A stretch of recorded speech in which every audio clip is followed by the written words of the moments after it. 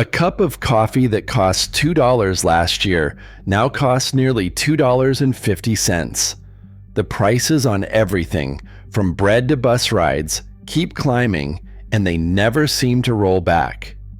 This is not just bad luck or recent policy. Rising prices are embedded in how our entire economic system works. But if inflation is built in by design, who keeps it going? And why does it feel like there is no escape? The truth reveals a system few want to acknowledge. Modern money doesn't just flow from printing presses or minting coins. Most of it appears with a few keystrokes. Central banks, like the Federal Reserve, create new money by buying assets, government bonds, and mortgage securities, adding trillions of dollars to their balance sheets. In 2022, the Fed's assets peaked near $9 trillion, a figure unimaginable a generation ago. But these reserves sit mainly with commercial banks. The real expansion happens when banks make loans. Each new loan instantly creates a matching deposit, swelling the total money supply. The process repeats every time a business takes out a loan, a family signs a mortgage, or a government issues new debt. The amount of money chasing goods and services grows, often much faster than the economy's ability to produce more. When the supply of dollars outpaces the supply of things to buy, prices rise. This is not a rare event or a policy mistake. It is a built-in feature of how money is created and multiplied throughout the financial system. Debt is now woven into every part of the global economy. By 2023, total worldwide debt had reached 336% of global GDP, a level that demands constant expansion just to keep up with the interest owed. When governments, businesses, and households borrow, they commit to future payments in fixed dollar amounts. This means that as debt piles up, the system becomes dependent on rising incomes and, by extension, rising prices. Without growth in nominal terms, in other words, the numbers on paychecks and invoices, servicing old loans becomes harder, defaults multiply, and the entire structure is put at risk. The pressure to keep the wheels turning is relentless. Policymakers and central banks face a choice: allow prices and wages to rise, or risk a wave of bankruptcies and unemployment. In this world, moderate inflation is not just tolerated, it is necessary. The logic is simple. Higher prices make yesterday's debts easier to pay off, softening the burden for borrowers and governments alike. This is the silent incentive that keeps the cycle spinning year after year. A small cafe in a busy neighborhood faces a familiar decision. Suppliers send notice. Coffee beans, milk, and bread will cost more next month. The owner sits down with the numbers. Labor costs are up too.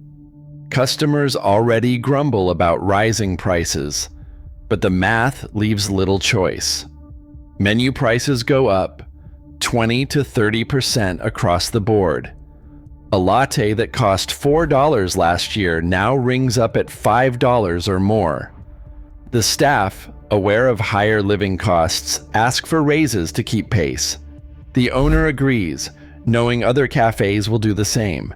Each step feeds the next: higher supplier costs, higher wages, higher menu prices. Customers expect to pay more, so they do. This cycle repeats in businesses everywhere, from restaurants to dry cleaners.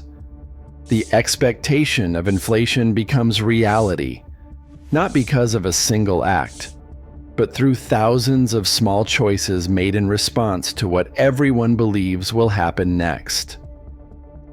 Central banks and finance ministries do not simply accept inflation as a necessary evil. They operate within a system built on incentives that quietly favor a steady rise in prices. At the heart of this logic is the relationship between government debt and the value of money. When governments borrow, they promise to repay fixed sums far into the future. As prices and wages climb, the real cost of these obligations shrinks. $1 trillion owed today becomes less daunting when tomorrow's dollars buy less. This silent erosion of debt is not openly advertised, but it is well understood by those who manage public finances. Economic analyses and internal reports acknowledge that moderate inflation helps governments meet their commitments without resorting to painful tax hikes or spending cuts. The interplay between treasuries and central banks reinforces this tolerance. Central banks aim for a target, often around 2% inflation, balancing growth and stability. Treasury departments, meanwhile, monitor the impact of rising prices on the government's balance sheet. When inflation runs above expectations, the real burden of outstanding debt declines, easing fiscal pressure. This effect is especially valuable after crises, when debt levels surge and the alternative, deflation, would make repayment harder, not easier. The system's design rewards flexibility. By allowing prices to drift higher, governments can adjust to shocks, maintain employment, and protect the financial system from the strain of falling incomes. The incentives are clear, even if rarely stated outright. Moderate inflation makes yesterday's promises easier to keep, smoothing the path forward for both policymakers and borrowers. Across the last century, 3 episodes stand out for the way they forced prices to reset, never to return to old levels. In 1923, Germany's currency unraveled. A loaf of bread that cost 163 marks just a year earlier soared to 200 billion marks by November.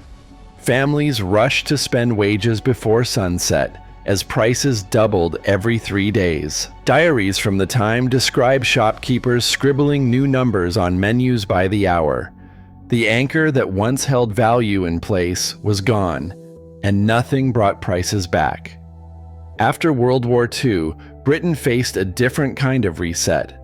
With rationing ending and controls lifting, the price of daily essentials jumped sharply. From 1945 to 1950, the cost of bread doubled, rising from 3 pence to 6 pence per loaf. Meat and bacon followed, up 50 to 80%. Cabinet records from the period show ministers debating whether to hold the line or let prices reflect the new reality. Ultimately, the numbers on shop windows changed and the public adjusted to a higher cost of living. In August 1971, the United States broke with the gold standard.